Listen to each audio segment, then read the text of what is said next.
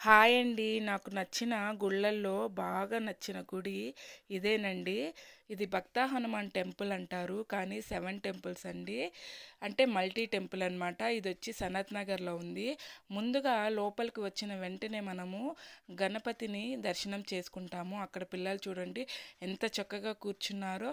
So, దాని తర్వాతొచ్చేసి అన్ని దేవతలను కూడా మనము దర్శనం చేసుకోవడం అయితే జరుగుతుందండి ఇక్కడైతే మాత్రము. ముందుగా వచ్చిన తర్వాత ఇక్కడ ముందు కృష్ణుడు కనిపిస్తారండి. ఆ తర్వాత మనం లోపలికి వెళ్ళేటప్పుడు సాయిబాబా, హనుమాను, అలాగే దత్తాత్రేయ స్వామి, రాముడు, ఆహ్, దుర్గామాత, అలాగే శివుడు వాళ్ళందరూ కూడా ఉంటారండి. సో, ఇక్కడ ఇవే కాకుండా మనకి ధనుర్మాసం అనేది కూడా స్టార్ట్ కాబోతుంది కాబట్టి వ్రతాలనేటివి కూడా చేయబోతున్నారు. అవి కూడా మనం తెలుసుకోవచ్చు.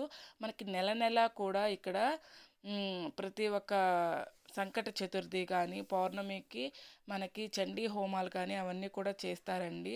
సో, ఇన్ఫర్మేషన్ అనేది మీరు ఆ టెంపుల్‌కి వచ్చి తెలుసుకోవచ్చు. సో, ఇక్కడొచ్చేసి అయ్యప్ప స్వామి టెంపుల్ అండి పక్కనే ఉంటుంది.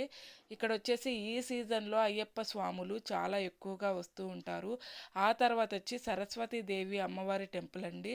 సో, ఇక్కడికి చిన్న పిల్లల్ని ఎవరినైనా తీసుకురావచ్చు. చక్కగా చదువు అనేది వస్తుంది కాబట్టి.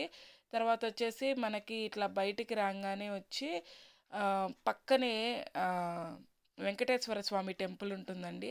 సో, అక్కడి నుంచి మనం బయటికి రాగానే ఇక్కడ చూసారు కదా, జమ్మి చెట్టు, రాగి చెట్టు అవి కూడా ఉంటాయి. సో, వాటికి మొక్కుకున్నా కానీ మనకి మంచిగా పిల్లలు పుడతారు అని చెప్పి కూడా ఉంటుంది. అక్కడ నాగపడగలు కూడా ఉన్నాయి. ఆ నాగదేవతలను కూడా దర్శనం చేసుకొని ఆ తర్వాత పక్కనే చిన్నగా అసలు ఎంత బాగుంటుందంటే ప్రశాంతంగా ఉంటుంది ఇక్కడ. పెద్ద విగ్రహం ఉంది ఆంజనేయ స్వామిది.